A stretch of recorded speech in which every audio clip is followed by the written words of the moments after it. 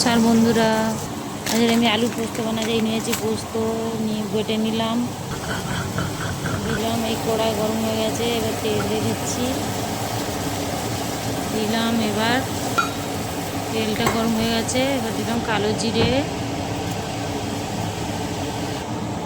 আলু দিয়ে দেবো এবারে। আলুর পোস্ত বানাবো।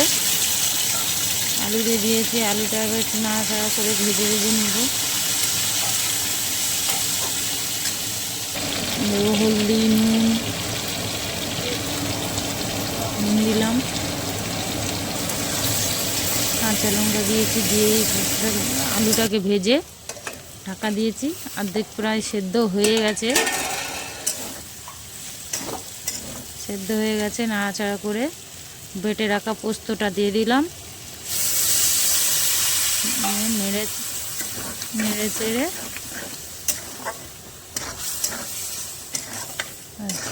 হলো আলু পোস্ত তৈয়ার।